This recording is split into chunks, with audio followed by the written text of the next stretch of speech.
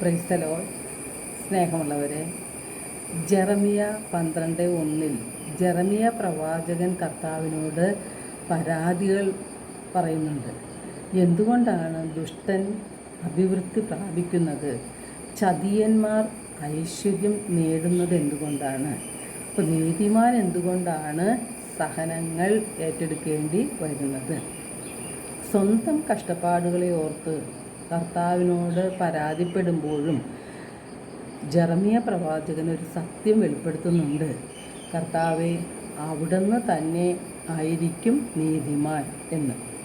ദൈവത്തിന് നമ്മെക്കുറിച്ചൊരു പദ്ധതിയുണ്ട്. അത് നമ്മുടെ നാശത്തിനുള്ള പദ്ധതിയല്ല, ക്ഷേമത്തിനുള്ള പദ്ധതിയാണ്.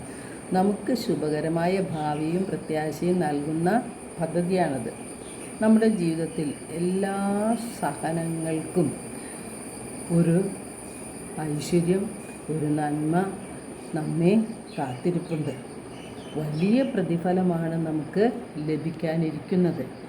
സഹനങ്ങളെ ചോദ്യം ചെയ്യാതെ, സഹനങ്ങളെ സന്തോഷത്തോടെ ദൈവകരങ്ങളിൽ നിന്ന് സ്വീകരിക്കുമ്പോൾ നമുക്ക് ഐശ്വര്യം പ്രാപിക്കാൻ സാധിക്കും. ചില അവസരങ്ങളിൽ ഒരു വ്യക്തിയുടെ വിശുദ്ധീകരണത്തിന് വേണ്ടി കുടുംബത്തിലെ എല്ലാ അംഗങ്ങൾക്കും സഹനങ്ങൾ ഏറ്റെടുക്കേണ്ടതായിട്ട് വരും.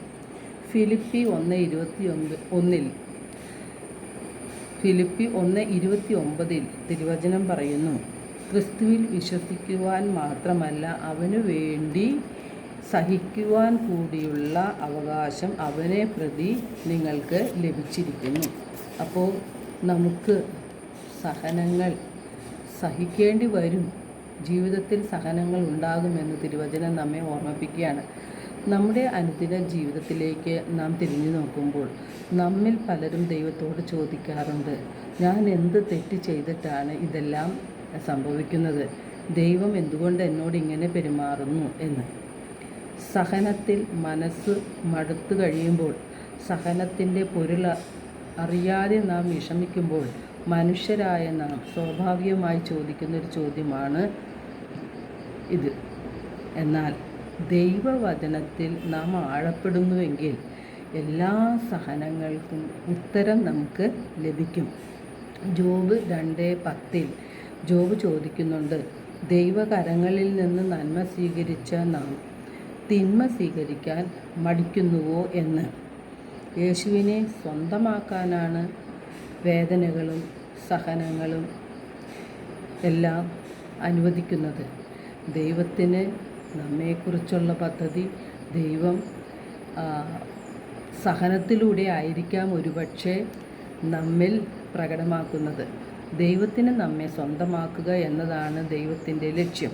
ചിലപ്പോൾ സഹനങ്ങളിലൂടെ, കഷ്ടപ്പാടുകളിലൂടെ, ചിലരുടെ മരണത്തിലൂടെ എല്ലാം നമുക്ക് ദൈവത്തെ അന്വേഷിച്ച് കണ്ടെത്താനുള്ള അവസരം ദൈവം ഒരുക്കുന്നതാണ്. 2 തിമോത്തി 3:12 തിരുവചനം പറയുന്നു, യേശുവിനോട് ഐക്യപ്പെട്ട് വിശുദ്ധ ജീവിതം നയിക്കുവാൻ ആഗ്രഹിക്കുന്നവരെല്ലാവരും പീഡിപ്പിക്കപ്പെടും എന്ന്.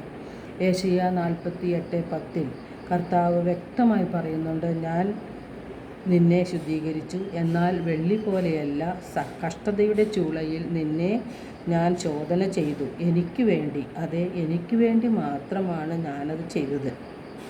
നമ്മെ ഓരോരുത്തരെയും ദൈവത്തിൻ്റെ സ്വന്തമാക്കാൻ വേണ്ടിയാണ് ദൈവം കഷ്ടപ്പാടുകളും സഹനങ്ങളും നമ്മുടെ ജീവിതത്തിൽ അനുവദിക്കുന്നത്. ആ ഒരു ബോധ്യത്തോടെ സഹനങ്ങളെ നേരിടുമ്പോൾ അതെല്ലാം നമുക്ക് സന്തോഷപ്രദമായി മാറുകയും ചെയ്യും. എല്ലാവർക്കും ഒരു സമാധാനത്തിൻ്റെയും സന്തോഷത്തിൻ്റെയും നല്ലൊരു ദിനം ആശംസിക്കുന്നു. ദൈവം നമ്മെ ഓരോരുത്തരെയും സമൃദ്ധമായി അനുഗ്രഹിക്കട്ടെ.